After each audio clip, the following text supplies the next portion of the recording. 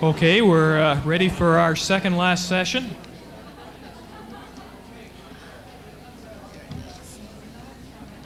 And the next session is the new time limits at the board and the tribunal, and what to do if you're an advocate and you run afoul of the time limits in the Act. The new time limits as created by Bill 99. And we have two presenters for this session as well. The first one is Suzanne Dajczak. Suzanne is here on behalf of the worker side advocates. Suzanne was called to the bar in 1989. She's a sole practitioner representing injured workers, and her practice is in the Windsor area. She's an active member of the CBAO, Workers' Compensation Section. She's a former member of the section executive. She's been a frequent contributor to our section newsletter, and she was the one who originally suggested the idea for this program last year. So we're pleased to have Suzanne present the time limits, as I understand from the board's point of view, in terms of whether or not you run afoul of time limits appeals at the board. And John Russell will be doing it if you run into a time limit problem appealing to the tribunal. John is from the other end of the province. I've known John for many years. He was called in '86. He's a partner at Bird, McCaig, Russell. John and his partner Perry McCaig are the only ones certified as specialists in workers' compensation law in Eastern Ontario. John's currently a member of the Specialist Certification Committee. John's got over 14 years' experience representing management in all aspects of workplace safety and insurance law. He's appeared on many occasions before the board and the tribunal, and he's spoken at many, many workshops. So with that, I'll turn it over to Suzanne. I think she's got a PowerPoint presentation. Hopefully everyone can see that. What I'm going to try and do today is give you some practical information on how to deal with the board through my experiences. Unfortunately, with my practice with the introduction of Bill 99, a lot of the injured workers I deal with still today aren't aware that there are time limits, and we're faced with a dilemma when they come into your office. So by all accounts, there's 15 different limitation periods in the Act, and I've tried to provide a summary at the appendix of my paper at the end of tab 4. And more difficult situation that we're dealing with right now is that they are in fact being enforced by the board. Previously, as an example, if you look at section 22 of the legislation of the old Act and the new Act, section 22 was never enforced before by the board. It is now being enforced. And that limitation period deals with the 6-month time limit from the date of the accident that gives rise to compensation benefits that you have to file, and the obligation of the injured worker to make application to the board. And throughout, I'm going to give you examples of how it deals with under section 22 as well as section 120, because that seems to be giving us the main problems as injured worker reps. So, missed limitation periods. You encounter a client where the limitation period has been missed. What can you do?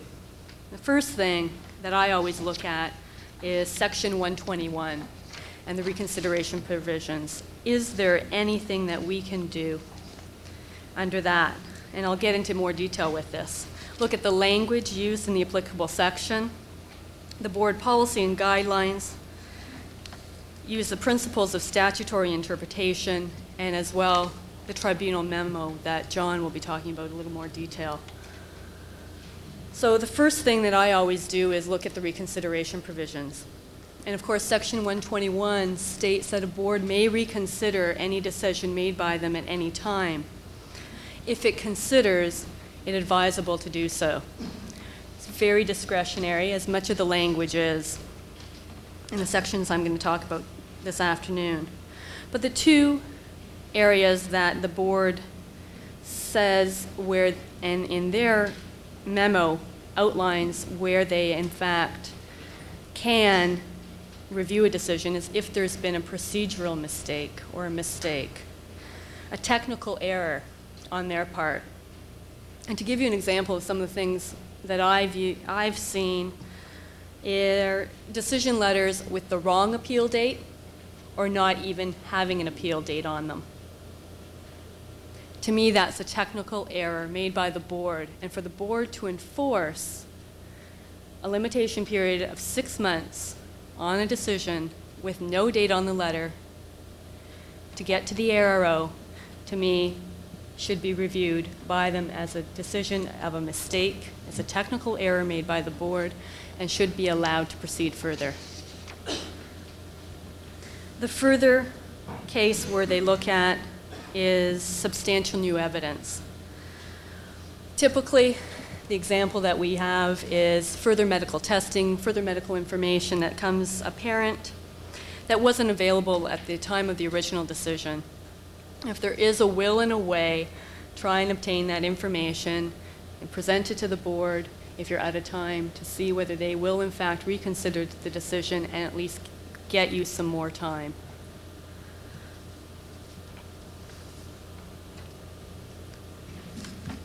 The language of the sections themselves.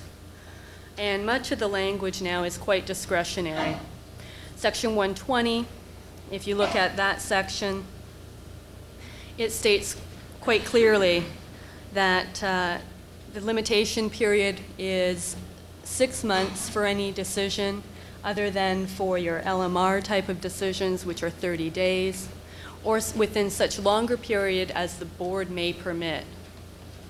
If you look at section 22, sub 3 and sub 6, with regard to the initial filing of a claim, the board may permit a claim to be filed after the 6-month period expires if, in the opinion, the board is just to do so.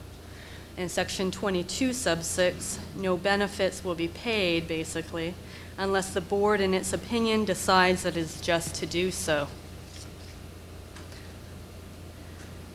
And that language is pretty open-ended. And in my experience, in looking at the language of the Act, as well as the board policy and the guidelines set out by the board, which again are attached as Appendix A to my paper, injured worker representatives do have a chance at having the time limits extended. And my view of the board policy and the guidelines is that they are narrow and that they should be broadly interpreted. And I'll get into that in a few minutes. But if we just look at the policy and the guidelines, what the board's saying right now is that if there are serious health problems of a party or immediate family, they'll consider that. A party leaving the province due to ill health or death of a family member, whether the worker actually had notice of the limitation period. Where there are other issues in appeal or in the appeal which were appealed within the time limits that are closely related to the current issue and dispute. And I just recently negotiated with the board in Windsor with the manager a situation where we were out of time on the decision for suitable, whether the employment was suitable or not, that was proposed in the SAB. However, the worker had appealed the Fell decision. After much coaxing and convincing with the manager, it was determined that they would bring both issues to the ARO. The situation what we had was the injured worker was unrepresented. The letter which he wrote when under the Fell decision, there was some indication, even though it was out of time, for the SAB, there was indication that he wanted to appeal the decision with regard to the suitability of the job proposed. English was not his first language. He did not have representation. He had not had any experience before with the board. This was his first injury. When he sought representation, he immediately appealed, and so the actions of the worker were looked at of what he did once he got representation. And we automatically put the letter in advising the board we wanted all issues to be looked at. Through negotiations with the manager, they agreed that in fact there was a language barrier, that there was an intent to appeal, as evidenced by the late letter for the Fell decision, that the two may be related, and there was merit to the appeal, and as a result, they did allow the time limit. And in my experience with time limits and the extension of time limits, what has been a major factor is the relationship between myself and the managers at the board. Claims adjudicators have typically said, no, this is not going to be extended. My immediate reaction is to contact the manager and have a discussion about why not, what can we do, what's the basis of the decision, why are you not applying the discretion of your own guidelines, your own policy, let alone what the legislation says, and administrative law. And I think the relationship that you have with managers is extremely important in dealing with these issues. Next, of course, they look at, in their own guidelines, the significance of the issue in dispute, the length of the delay, and whether the worker was able to understand the time limit requirements. Now, as I said, I don't think that's an exhaustive list. We are governed by the legislation and, in my view, the principles of statutory interpretation.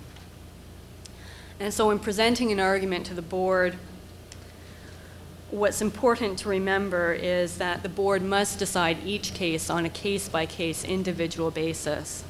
And in assisting them, we should first look to the Interpretation Act in Section 10.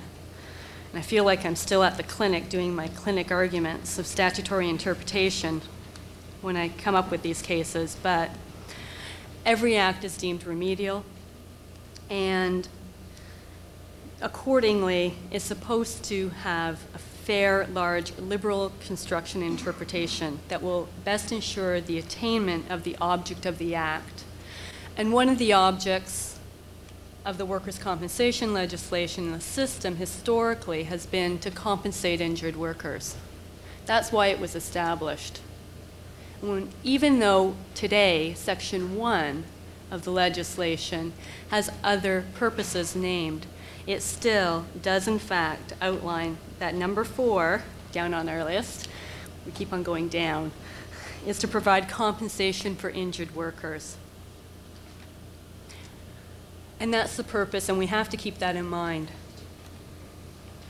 Furthermore, Section 119 of the legislation, it's clear in that section that the board shall make its decision based on merits and justice of the case.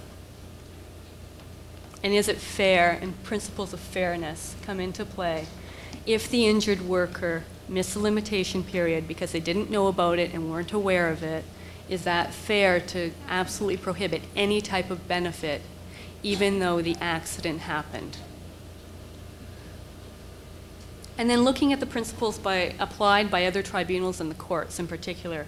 And in my paper, I went into some discussion about some of the decisions in court the courts have looked at. And again, they have as well reiterated the principles that I believe that the board should consider in addition to what the memo and the guidelines actually state. And in my view, some of the factors that the board should consider in addition to what's outlined in their policy and the procedures include whether there's prejudice to the parties,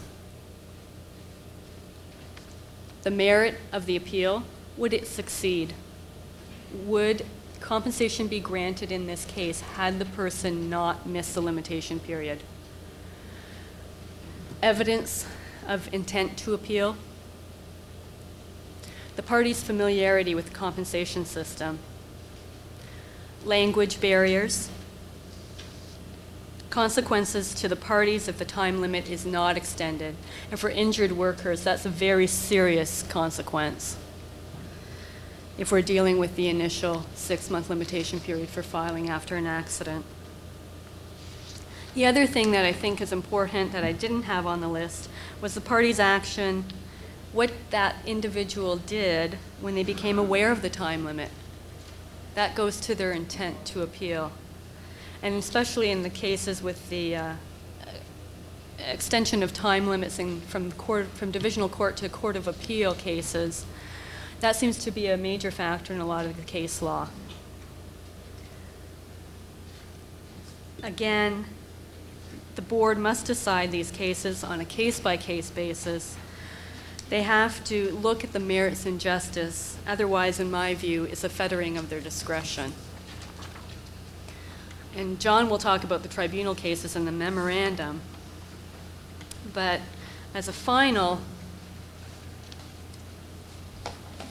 point, what I wanted to discuss was actually appealing time limit decisions. The board's guideline for dealing with appeal time limits at paragraph 5,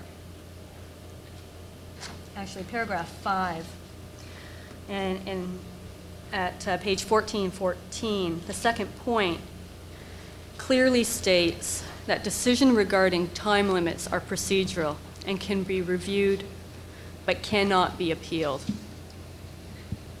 Now, in my view, what the board has done in that guideline is attempted to create legislation by, in fact, stipulating in that guideline, not even a policy, that these can't be appealed. And when I look at the legislation, I'm not sure I have the correct answer because this hasn't been decided yet. But under section 118 sub 1, the board has exclusive jurisdiction to examine, hear, and decide all matters and questions arising under this act, except where this act otherwise provides. And then if you go on and look at section 118 sub 3, an action or decision of the board under this act is final and is not open to question or review in a court. And as we know, we still have some administrative law remedies available in terms of decisional, taking matters to divisional court. However, if you look at section 123 and the tribunal, whether they can in fact look at the issue of time limits and decisions by the board, all appeals from final decisions of the board with respect to entitlement to health care, return to work, labor market reentry, and entitlement to other benefits under the insurance plan can be reviewed by the tribunal. Part and parcel of each one of those decisions is the issue of whether the person met the time limit.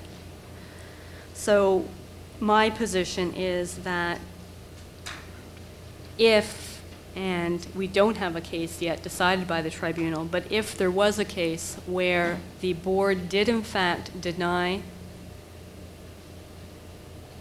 a granting of benefits because somebody missed their time limit, if that went to the tribunal, I think my position would be that it is an entitlement issue. Part and parcel of that issue is the missed limitation period, and as a result, they would have jurisdiction. Otherwise, we're denying an injured worker basically fairness.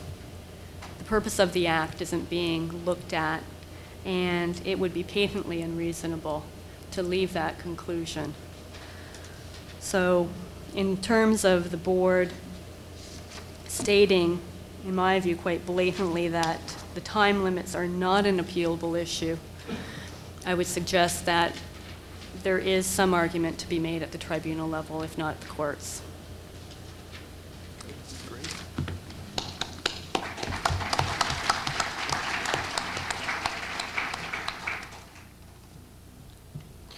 Just going to have someone come down and put on an overhead projector for John's presentation. Just take the opportunity. I had some questions about the specialist certification, who's eligible for it, and just so everyone's clear, to be certified as a specialist by the Law Society of Upper Canada, you have to be a member of the Law Society of Upper Canada. So only lawyers are eligible to be certified. The idea that maybe paralegals should have some kind of certification actually is one that I think has a lot of merit, but beyond the scope of what we're dealing with here today. You don't, however, have to be a lawyer to belong to the Canadian Bar Association Workers' Compensation section. We have a number of people who are non-lawyers who do belong. In fact, when they made the Ron Ellis Award, they made it specifically eligible for anyone who made an outstanding contribution, not necessarily a lawyer. So academics, people who've worked in for the injured worker community, medical people, anyone who's made an outstanding contribution to workers' compensation is eligible for the Ron Ellis Award. So John, whenever you want to take it away. Thanks very much, Dan. Good afternoon, everyone. I'm going to be ably assisted by my presentation predecessor. Okay. Can you just push it up a bit?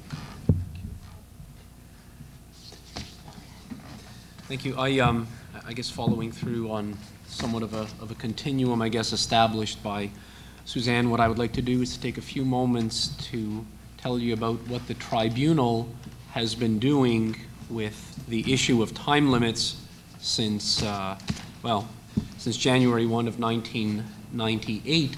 Let's begin with the fundamental legislative provision. It's Section 125 sub 2 of the Act. And as you can see, what we're dealing with is a 6-month limitation period.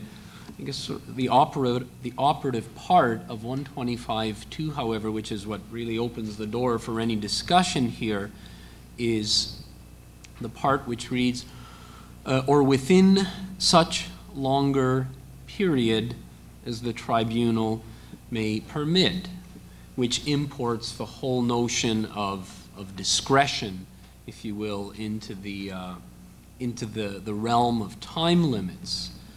Now, in addition to Section 125.2, practitioners such as yourselves will also want to be mindful of Section 112 sub 3, which is essentially the subsection that captures pre-1998 cases. By the way, my slides are they are essentially a reflection of what's in the paper, so virtually anything that you see in here is already covered in the paper.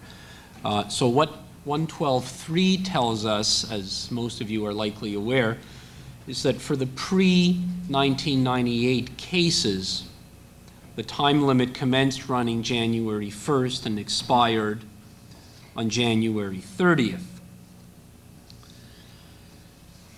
Next slide, please, Suzanne. So, on this whole notion of discretion that's been imported, and that Suzanne was telling you about insofar as the board is concerned, it is important to bear in mind, you will also, those of you who have read the submissions that were made by the Tribunal Counsel Office by Sophie Martel will already be aware of this issue, but it's important to bear in mind that what 125.2, sort of what it doesn't do is it does not in any way fetter the Tribunal's discretion, in the sense that it does not in and of itself, the legislation does not set out specific considerations that the Tribunal shall or must have regard for in exercising its discretion. So this then takes us into the realm of the common law, and when you do have a look at the submissions that were the Tribunal Counsel Office submissions authored by Sophie Martel, Sophie does a nice job of canvassing some of the common law, as well as looking at what the WSIB does, or has been doing, I guess, since for essentially the same time period, as well as what some other administrative bodies in the province of Ontario do. Anyways, her paper is an excellent resource, and I recommend that you obtain a copy if you find yourself in a position of either applying for or responding to an extension of time application. And it's interesting because Sophie's paper, I think, was dated December of 1998, and yet it's interesting because I think she says in the paper that at that point only 2 decisions had come out on the issue. Well, as it turns out, those 2 decisions are, I guess, what I would refer to as from my review of the cases, they're sort of the leading cases, if you will, in the sense that the 2 of them, they set out a series of criteria that we're going to be looking at momentarily. The decisions are referenced in my paper. If you're interested, the decision numbers are 1493/98I, and the other one is 1522/98I2. Now, as I say, these cases are, if you get into the tribunal jurisprudence on time limits at all, you will see that the criteria that are set down by either or both of these cases are very frequently referenced.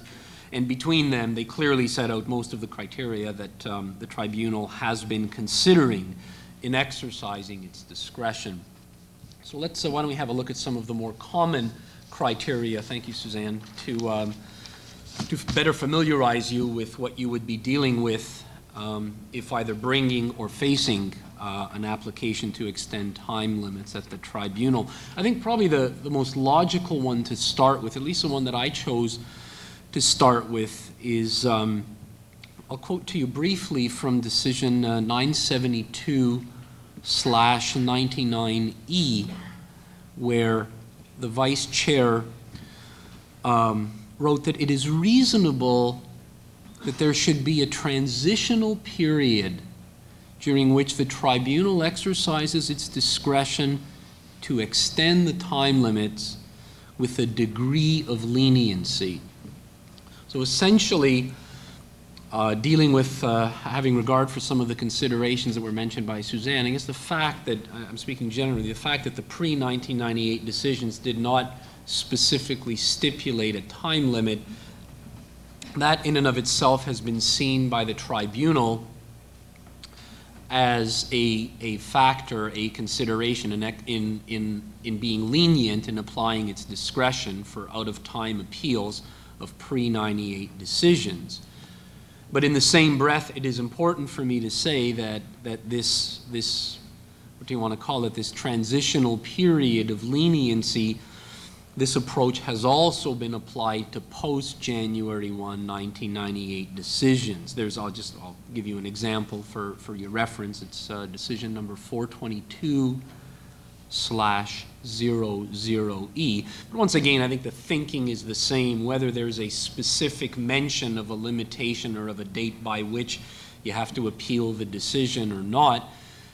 For the last couple of years, we have found ourselves in a rather new world. I mean, those of us who practice workplace safety and insurance law to any great degree have probably, we've probably found ourselves trying to bone up on stuff rather quickly, having had achieved a certain level of comfort with some of the prior legislative regimes. And so all of a sudden, you're dealing with time limits, and if you find yourself out of time, you've got to become a pretty quick study in terms of how to protect your client's interests.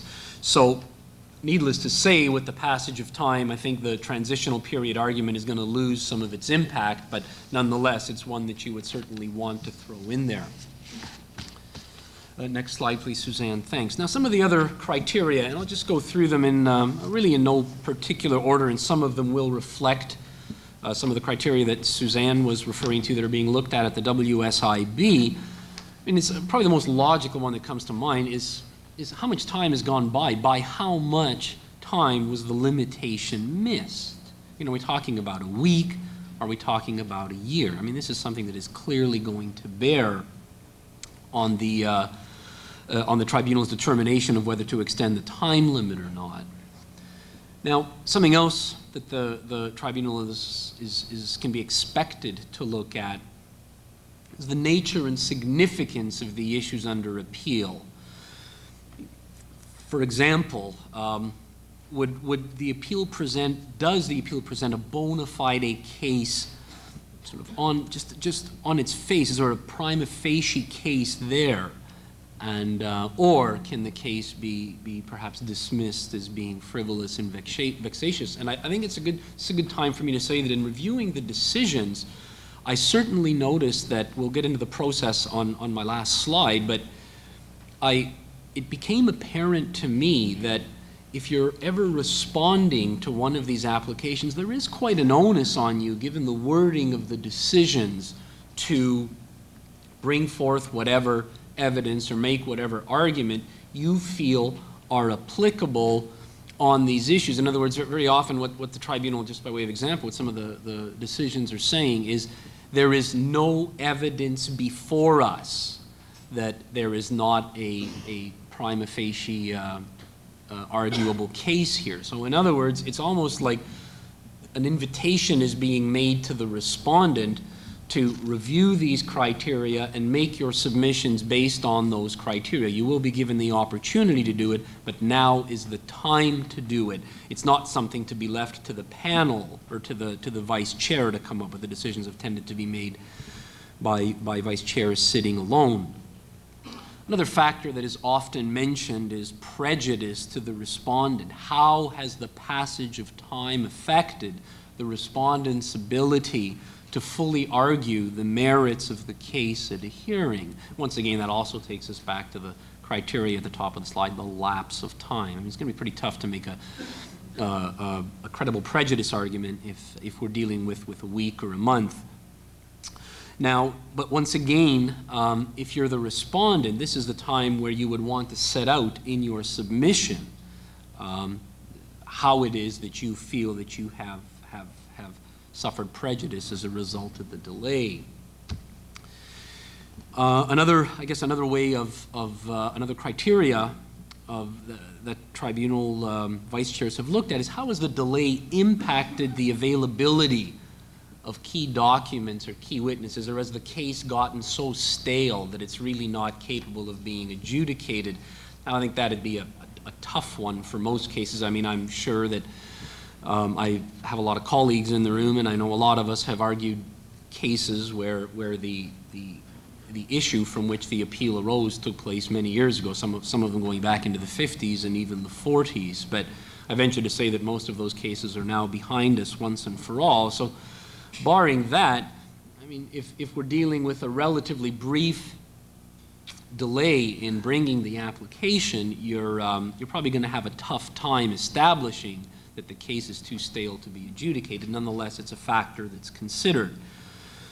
Something else that vice chairs have looked at is, ought the appellant have known about the time limit? Now, once again, being as I'm assuming we're dealing with primarily with practitioners in here, you can expect that the bar is going to be held a little higher for yourselves if you hold yourself out as being a workplace safety and insurance practitioner.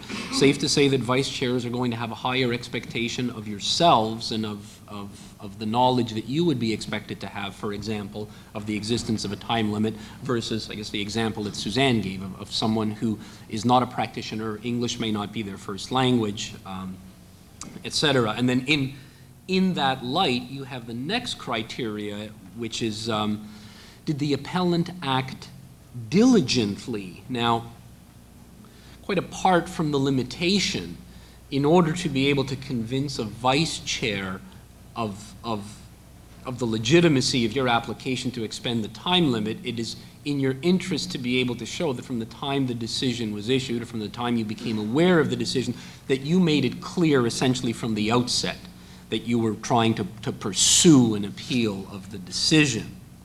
And once again, as I say, thank you, Suzanne, once again, if you're a practitioner, you can expect that a somewhat higher standard will be applied to yourself.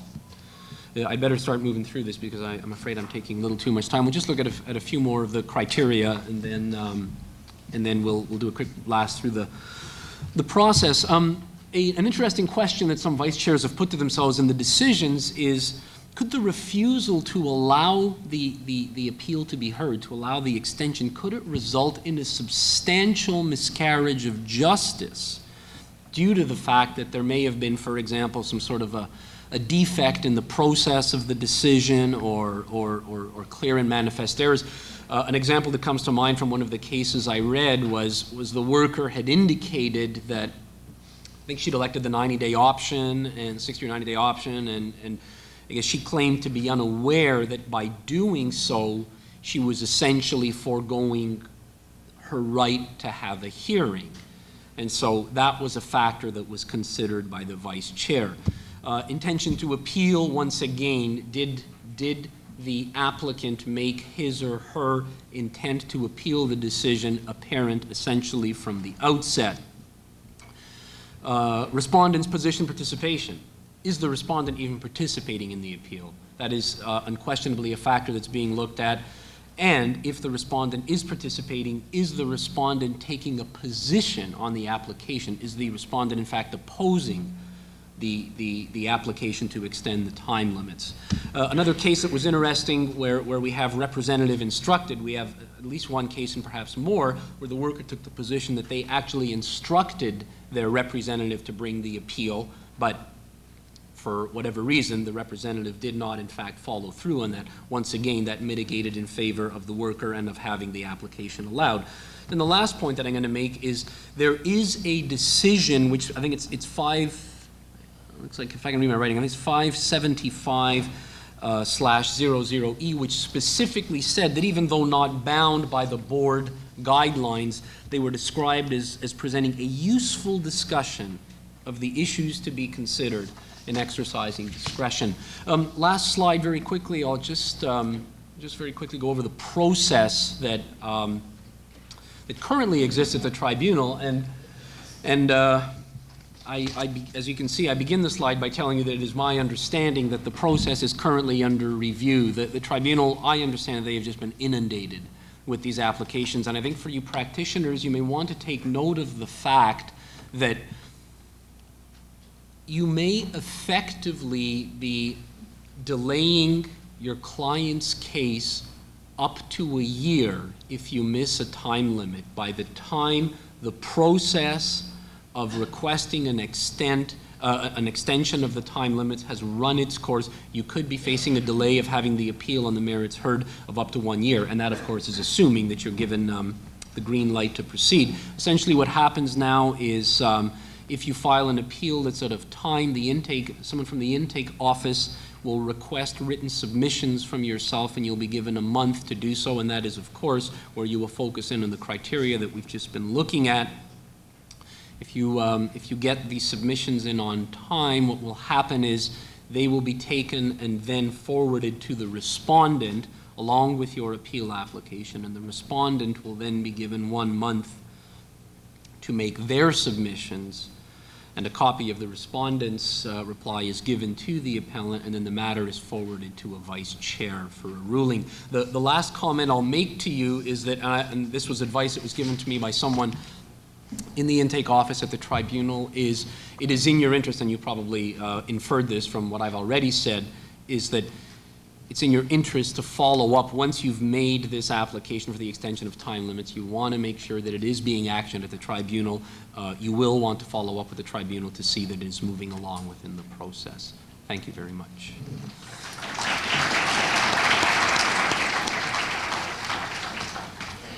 Well, thanks, John and Suzanne. That session went a little bit longer than we'd scheduled, but I have to admit I couldn't bear to stop it. I have to say that this is one of the finest practical presentations I've ever heard at a workers' compensation conference. It's really useful information that both John and Suzanne have provided.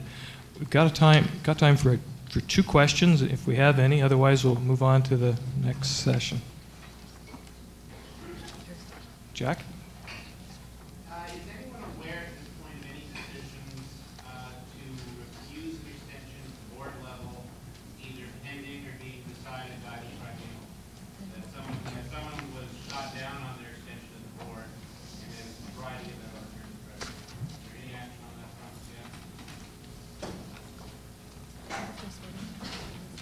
There are some decisions where people have been denied extensions of the board, and they've appealed them to the tribunal. None of them have been heard as yet.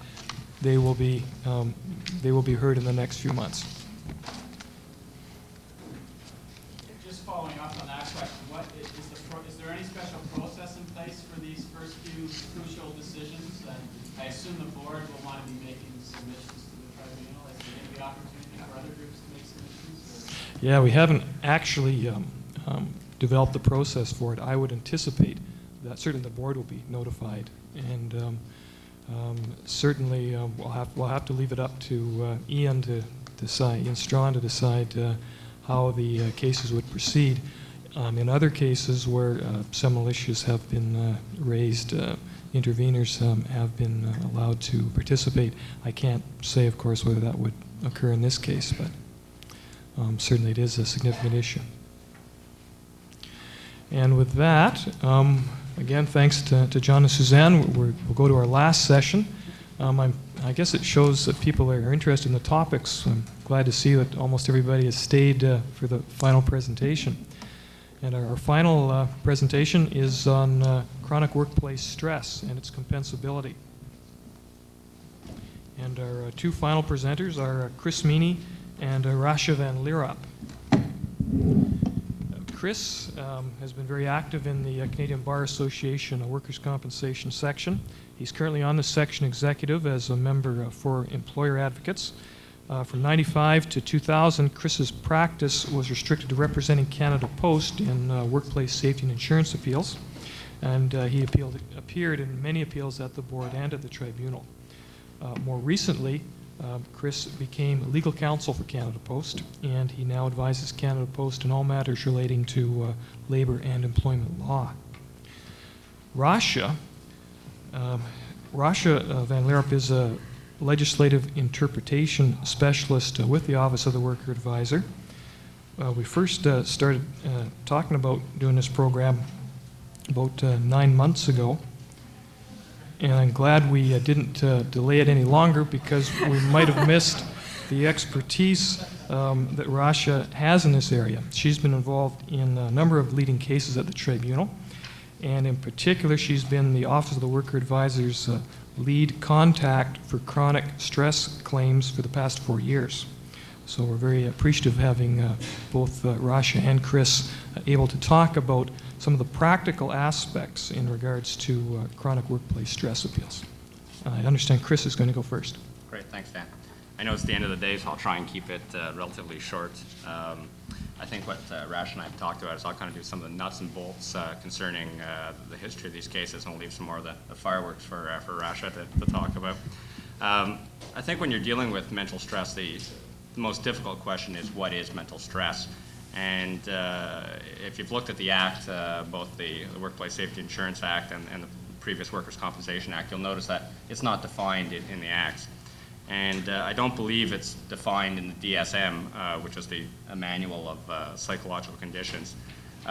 What it appears to be is a label that describes an adverse reaction to psychological or emotional events or pressures. And I think the phrase has taken on a significance of its own in the tribunal's jurisprudence, possibly more of a significance in that jurisprudence than it has in any medical sense. I think it's important when you're dealing with these cases that you consider the circumstances that give rise to the disability. And I think that's often as important, or many times more important, than the actual diagnosis that appears on any doctor's report. Historically, the board and the tribunal have distinguished different types of mental stress. There's chronic mental stress and psychotraumatic disability. I'm sure that anyone in the area that practices in the area is aware of those general concepts. For those of you that aren't quite sure what the distinction is, chronic mental stress is generally seen to be the culminating pressure of a number of incidents or stressors. And historically, the tribunal and the board have indicated that that type of stress comes on over a gradual period of time. It's referred to as a gradual onset. And as I mentioned a moment ago, you often see a number of different diagnoses given by various treating practitioners.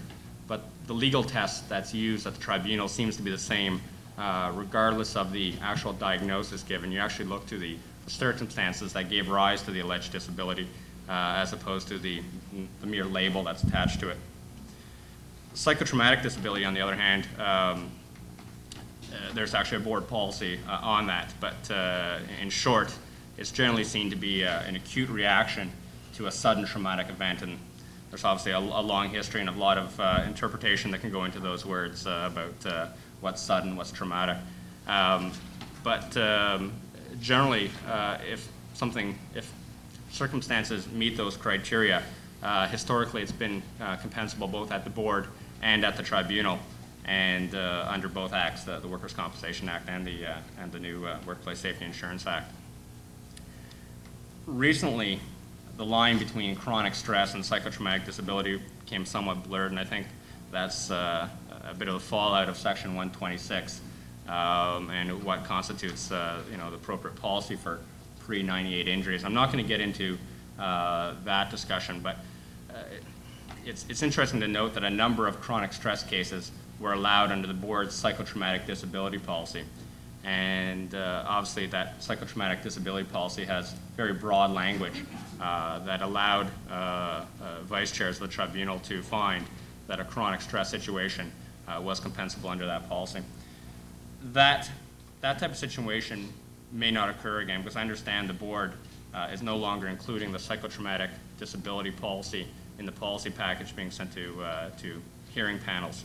And it's likely subject to the debate of what's the appropriate policy for pre-98 injuries. It's likely that the tribunal will just continue to adjudicate chronic stress cases under the existing case law that they had at the time. What I intend to do is primarily deal with chronic stress. I think psychotraumatic disability is less controversial. I think the chronic stress is the more difficult part of it. And what I intend to do first is deal with the pre-98 situation. That's injuries that would fall under the Workers' Compensation Act. And obviously there's transitional provisions in the Workplace Safety Insurance Act which allow pre-98 injuries to be adjudicated under the old Act. And under the old Act, there's no prohibition against allowing entitlement for chronic stress, but it was the board's practice as opposed to policy to deny entitlement outright. I understand historically there was a few cases that were allowed, but basically the board had a practice not to allow entitlement for gradual onset chronic stress. And I don't think there's any indication that the board's practice has changed recently. And even prior to Bill 99, the board stopped holding hearings with respect to chronic stress. And they basically became, these types of issues became fast-track appeals to the tribunal. And I talked to the board, or at least a manager of the board, a couple days ago, and was told that that practice will probably continue. Historically, the tribunal's practice was to adjudicate chronic stress cases on the merits. And they developed a line of case law, which sometimes allowed chronic stress and sometimes did not. Historically, when the issue first arose, chronic stress was treated as a disablement, which is the third category in the definition of accident under the Act.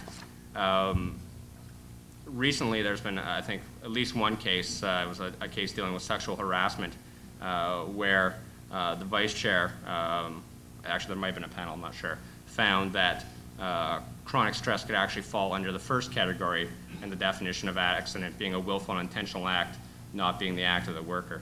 And that was decision 324/98 by Sarah Sutherland. But I think regardless of whether the tribunal considers chronic stress under the first or the third category in the definition of accident, I think the cases have tended to suggest that the same test should be applied for chronic stress. And I think the leading case, and I actually noticed it was cited in Rachia's paper as well, was a decision by the former chair, Ellis, and that's cited in my paper, 826/94. It was actually a psychotraumatic disability case, but what the chair did was that he summarized all the chronic stress cases that have been decided up until that time, and then drew certain conclusions and trends from those cases. And he formulated what he labeled the chronic stress average worker test. And basically it's a two-part test, and the first part of the test is it plausible that workers of average mental stability would have perceived the workplace circumstances or events to be as mentally stressful as the injured worker perceived them to be? And the second part of that test is, if so, would such average workers be at risk of suffering a disabling mental reaction to such perceptions? So when you see that test, it's obvious that this brings an objective test to workers' compensation law. Traditionally, you always look to the effect on the individual worker. It's a very subjective test.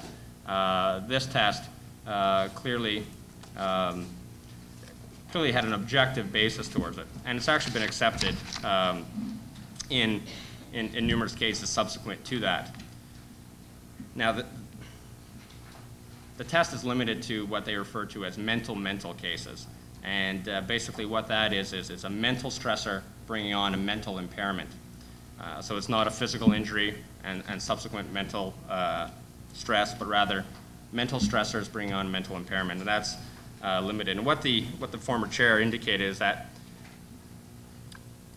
obviously you have evidentiary problems when you're dealing with chronic stress. It's very difficult to prove or disprove that a person is having stress, or if it's related to employment.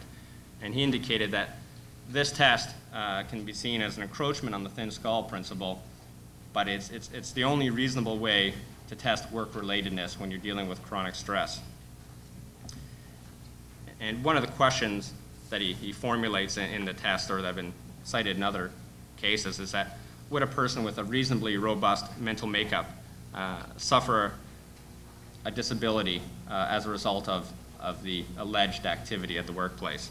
And if not, then entitlement would not follow. And it's interesting to note that in the previous line of cases, that type of analysis was applied even if there wasn't any pre-accident evidence of a symptomatic pre-existing weakness or disposition. So it's in my mind, it's a true objective test. It looks to the effect on the average worker and says, objectively, would that be stressful to the average worker? If so, compensation may flow. And that test, as I said, has been adopted in a number of decisions. The only recent change to the test is by the current chair, Ian Strachan, whose decision 422-96 indicates that you can replace the word plausible with reasonable. And that test, again, it was the first part of the test. Is it plausible that workers of average mental stability would have perceived the workplace circumstances or events to be as mentally stressful as the injured worker perceived them to be? And what the current chair says is that you can use the word reasonable without importing all the concepts of tort law. And that was one of the some of the concern that was expressed in the previous case law, is that when you start using the word reasonable, you're importing concepts that are foreign to workers' compensation law. And what the current chair says is that you can use the word reasonable without importing all those extra concepts. So that's the only recent change, significant change that I can see to the test. And that's basically when you're dealing with pre-98 injuries before the implementation of Bill 99. For injuries after January 1st, 98, obviously you have the new legislation. That's Section 13 of the Act, which basically is a prohibition on entitlement for chronic stress. And the only exception that's listed is that a person is entitled to to entitlement for mental stress if it's an acute reaction to a sudden and unexpected traumatic event. And that's very similar to the old psychotraumatic disability policy. I'm sure Rasha's going to talk about some of the language there. I think I've actually attached the board policy on stress, and you can look at the various examples given to define what would be considered traumatic and what would be considered an acute reaction. It's interesting to note that the legislation also specifically indicates that mental stress caused by an employer's decisions with respect to matters such as changing the work to be performed, the working conditions, disciplining the worker, or terminating the employment are not grounds where the person can claim there was an acute reaction to a sudden and unexpected traumatic event.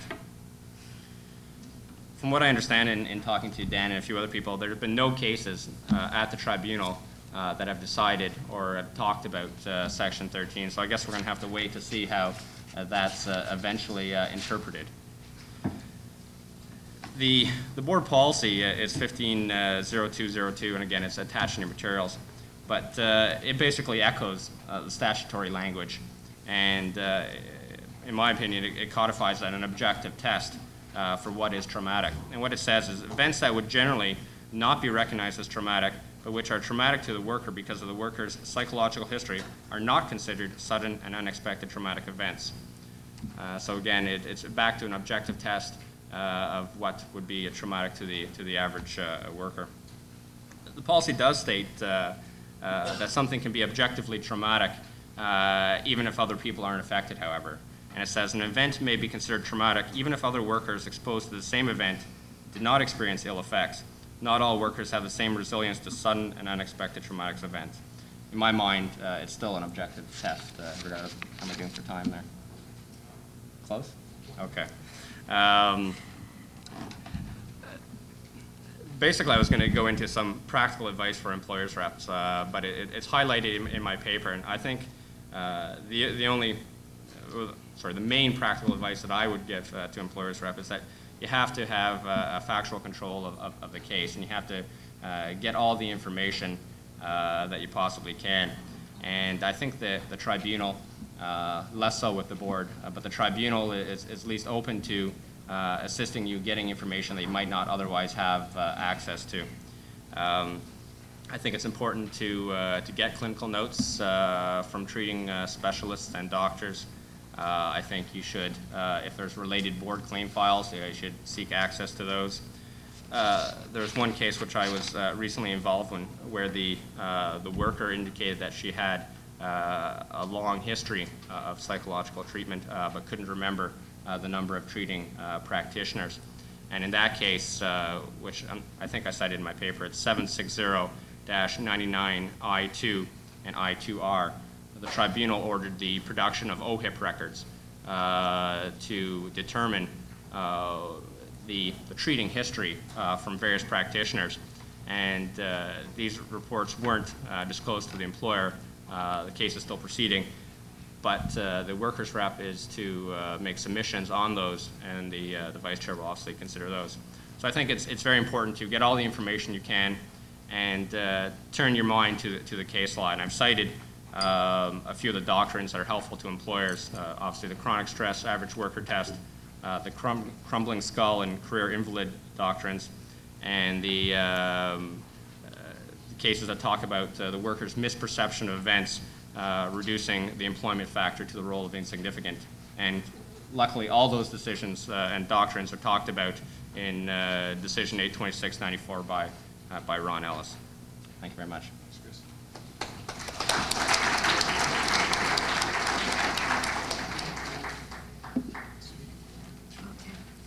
Well, according to the agenda, I actually have no time to speak, so I could just refer you to the paper and leave it at that. But, you know, in the course of sort of preparing this paper amidst a whole bunch of other deadlines and various other crises and issues in the workplace, including trying to finish up a lot of stuff before I leave, sort of a coworker joked the other day that I could be the poster person for workplace stress. But I thought that probably sitting up here and talking about my own personal stress was maybe not polite or appropriate or even all that interesting. But it did make me think that, in fact, it's not a personal experience. When you think about workplace stress, probably most people in this audience either constantly or at one time or another feel stressed out by their work. And except, of course, for those few aberrant individuals out there who can say that they thrive on stress, and I won't ask you to identify yourself because the rest of us won't be able to speak to you anymore. We struggle through dealing with stress, and we, for the most part, experience a variety of symptoms. It may be that we experience disturbance to our sleep. We either experience a loss of appetite, or for some of us, an increase in appetite. We display irritability, and for some of us even experience the symptoms and effects of depression due to the kinds of experiences that we're having in the workplace. And those experiences may be such things as increasing workload and expectations, the hours of work, conflicts with coworkers or management, or difficulty dealing with clients. It may be changes to the duties we're expected to do, or large organizational changes that cause stress. Or for some of us, it may even be situations of harassment that we're confronting in the workplace. So sort of given this broad experience of stress out there, and certainly whenever I was mentioning to anybody over the last few weeks that I was preparing a paper on workplace stress, they wanted to tell me about their own personal experiences. Oh, workplace stress, well, I've got some of that. You would expect that the compensation system has responded with quite a large number of claims and cases, and in fact, that's not the case. When you look at the history of the tribunal jurisprudence, in fact, for pre-January 1, 1998 cases of approximately 20,000 decisions released, only about 150 to 200 decisions have actually dealt with chronic mental stress cases. And of course, that doesn't mean that all of those cases were allowed. Many of them were denied.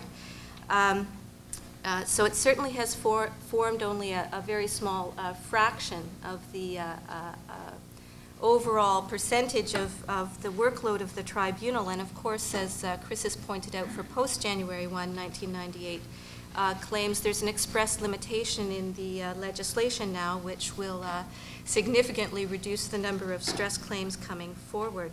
So what I've tried to do in the paper essentially is to, it's divided basically into pre-January 1, 1998 stress cases and post-January 1, 1998 stress cases. And for the pre-January 1, 1998 stress cases, I've tried to sort of outline for you a couple of significant legal hurdles that have to be sort of gotten past in order for compensation to flow, and that might explain in part why the system has responded so narrowly given the broad experience of workplace stress. I don't focus on the Section 126 issues which arose in the stress cases. Those have been reviewed for you in other materials. And like Chris, I've focused on the most contentious cases, and those are really described as the chronic stress mental cases, and that's to distinguish them from claims for mental stress, which are the sequelae of a physical injury, and those are sometimes referred to as physical mental stress cases, and those are somewhat less problematic. So as Chris mentioned, the main case to keep in mind in this regard is Decision 826-94. It's a decision which reviewed a lot of the history of the tribunal jurisprudence up to that point in time and proposed what was described as the two-part average worker test. And certainly that's the test that's been adopted since that time by the majority of decision makers at the tribunal in adjudicating chronic stress cases. Most panels are applying the average worker test or some version of it. And what I try and do in the paper is essentially raise three problems, and given the time limits, I'm probably just going to make three maybe controversial statements about the average worker test. Okay. Just don't want to keep people too much longer. And the three problems that I try and review for you in the paper are essentially that I see the average worker test as ultimately being a significant encroachment on the thin skull principle, which is not easily or adequately justified in the case law. The second problem that I try and review for you is that although it has the superficial appeal of appearing to be an objective test, it is in fact an inherently subjective one. And you have to ask yourself the question, who is this average worker? Who is the individual that the adjudicator is imagining in their mind when they are assessing a case according to this so-called objective standard average worker test? And so I talk a bit about that, and I'll try and And essentially what I do is I give an example of a racial harassment case in which the question of who the average worker the adjudicator is imagining in their mind could make a significant difference in terms of their assessment of the reasonableness of either the stressors involved or the person's reaction to those stressors. And the third sort of legal problem that I try and address is that by posing and applying a different standard for the adjudication of mental disabilities as opposed to physical disabilities, is there not, or does that not give rise to a potential discrimination argument either under human rights law or under the Charter? And it's, in a way, nice to come last because some of the points were already raised. Certainly in Julia's paper, she mentioned a significant decision that I talk about, which is Gibbs versus Battlefords. And that's a decision of the Supreme Court of Canada, which held that in considering a private insurance scheme, that to award benefits to persons with psychological disabilities on a different basis than persons with physical disabilities amounted to discrimination under the provincial human rights legislation in question. And the analysis is very similar to the kind of analysis that would be done under a Section 15 Charter challenge. And of course, that argument is also germane to the actual limitation that's set out in the Act. What I do essentially is review decision 82694 for you and point out that essentially the justification that's given for the application of the test in mental cases is that it's based on entitlement in those cases is based sort of on the disablement branch of the definition of accident. And in order to determine or identify this injuring process that has to be identified for compensation to flow, we need to apply this average worker test. And ultimately, basically, I'm saying is that it represents too much of an encroachment on the thin skull principle in mental stress cases, and that statutory interpretation or justification argument it goes too far. And it's interesting, Chris mentioned a case, decision number 324, a sexual harassment case, which I'll have to take a look at again because if in fact it's saying that it could somehow allow for chronic stress situation under the willful intentional act portion of the definition of accident, it sort of undercuts, in fact, even that rationale for the serious encroachment on the thin skull principle for chronic stress mental cases because the entitlement is no longer flowing from the disablement provision. What I try and do is review for you a couple of other decisions, a decision which is not often referred to in the case law, but which I think tried to grapple with the average worker test, and that's decision 594.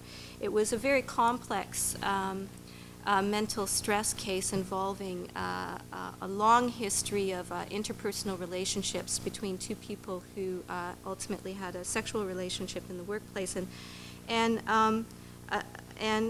in that decision, the panel essentially is able to sort out whether or not there is an injuring process that arose out of the employment, which was a significant contributing factor to the development of the worker's disability, without having to rely upon this average worker test. And in fact, they acknowledge that they are probably dealing with a thin skull plaintiff who furthermore may have to some degree contributed to her own disability, but in fact they're able to clearly see the connection between the stressors and the workplace, and they're able to identify a disability, to determine that work was a significant contributing factor to the development of the disability. They're able to address the role of any personal stressors and the role of any pre-existing conditions. And I guess my basic argument is that by trying to answer those basic compensation questions, you can sort out this problem of whether the stress arose out of the workplace without falling into the pitfalls of the average worker test. And I would just note that on pre-existing and non-workplace stressors, that the focus should be on symptomatic pre-existing conditions and not asymptomatic pre-existing conditions. It's an important distinction, and it relates to the thin skull principle, and hopefully in my paper I explain that a little bit better than I am now. And similarly, for non-workplace stressors, I think that for worker advocates, a kind of a simple and fundamental question is, if the person was coping in their life with the variety of non-workplace stressors that they're facing, up to the point in time where the workplace stressors are being identified, then it certainly helps you sort out, to some degree, I think, the role that the workplace stressors played in the development of the disability. In other words, I think non-workplace stressors and asymptomatic pre-existing conditions can often be a red herring in your chronic stress cases.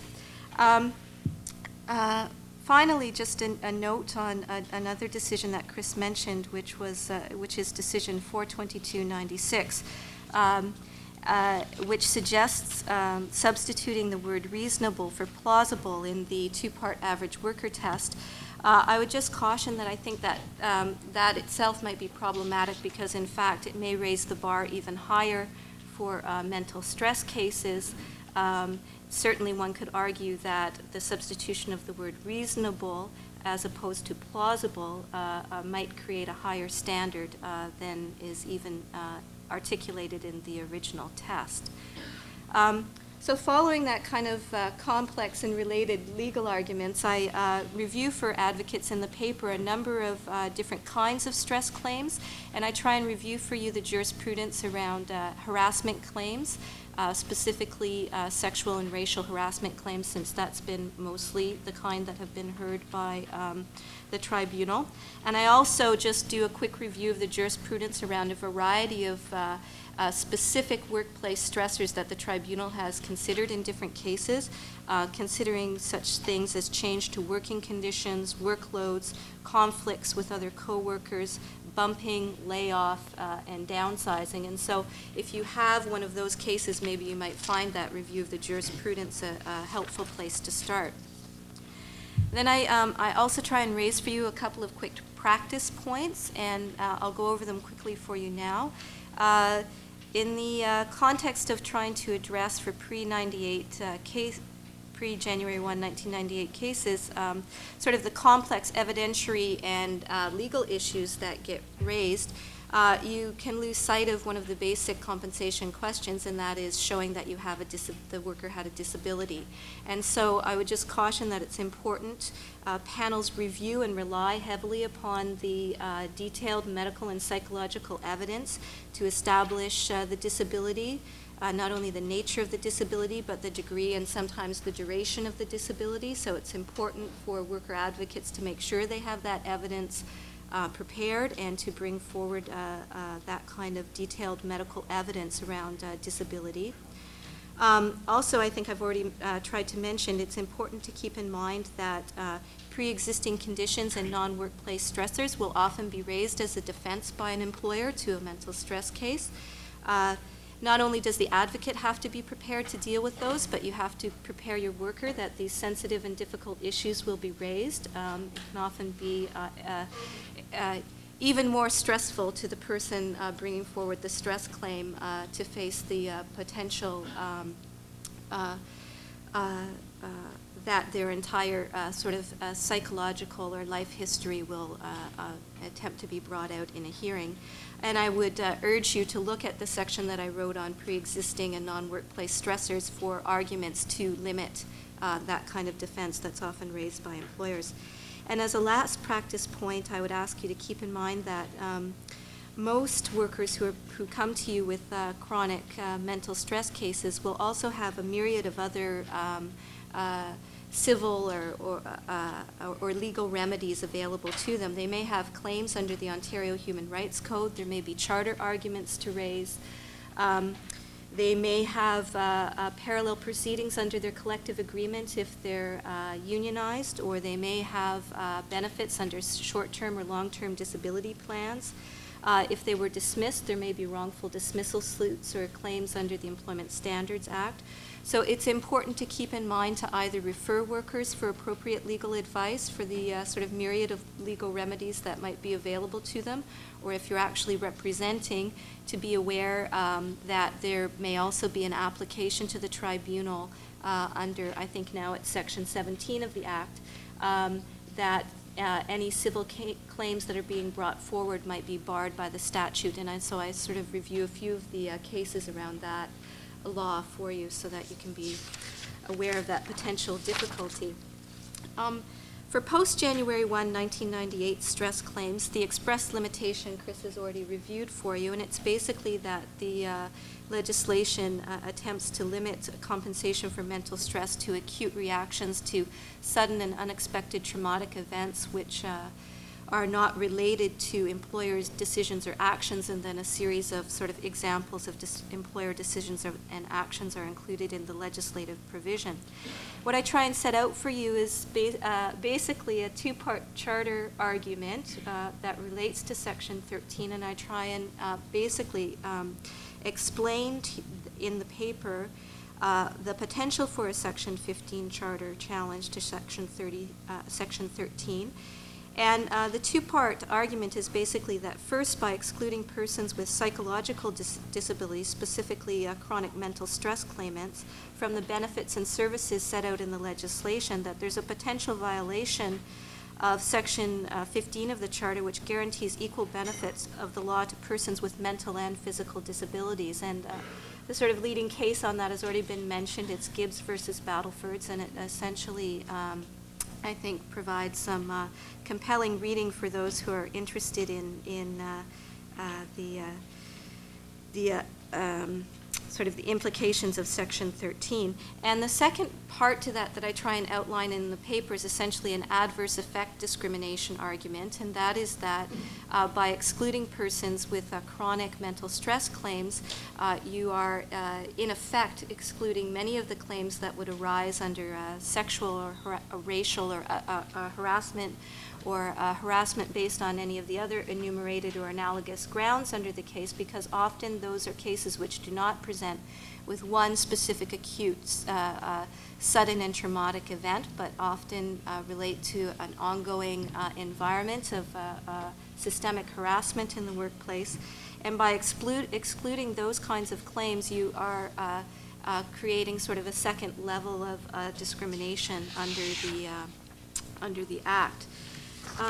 Assuming that Section 13 sort of withstands charter scrutiny or goes unchallenged over the years, I try and review for you sort of some statutory interpretation. I look at the board policy and try and kind of talk about what these different elements of the section might mean. So I try and talk a little bit about what does an acute reaction mean. According to board policy, they seem to interpret acute as having to have some kind of temporal relationship to the event in question. And I essentially raised the point that, in fact, acute doesn't necessarily mean that. It doesn't connote necessarily any kind of temporal relationship, but looks more at what is the severity of a claim.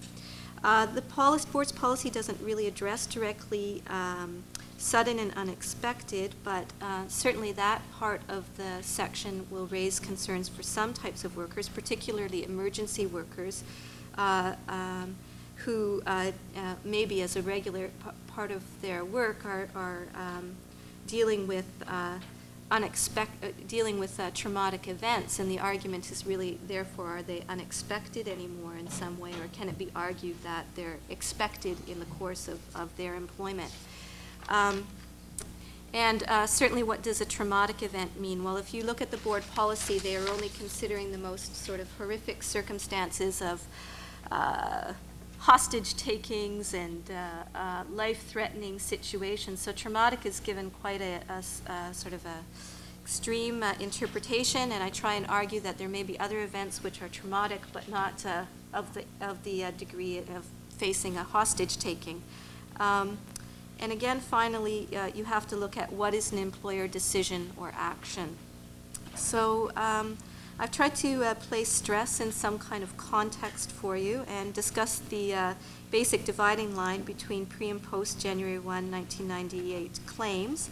For pre-January 1, 1998 claims, there's significant legal hurdles that need to be overcome for compensation to flow, but I would urge advocates to look at those legal tests and to consider challenging how they're being applied in pre-January 1, 1998 stress claims.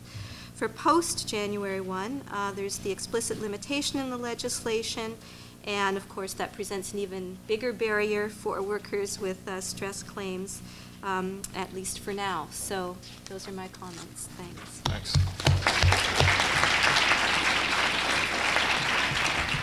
Well, again, these were two really wonderful papers that are loaded with practical advice for people. Because we have run overtime, what I'm asking Rachia and Chris to do is, rather than take questions, I'll ask them just to stay here for a few minutes, and if people have practical questions I'd like to ask them, just to come on up. So that's the end of the official program. Thank you all for coming. I'd like to thank all our speakers and Vice Chair group leaders. And please don't forget, there's the Ron Ellis Award dinners next week.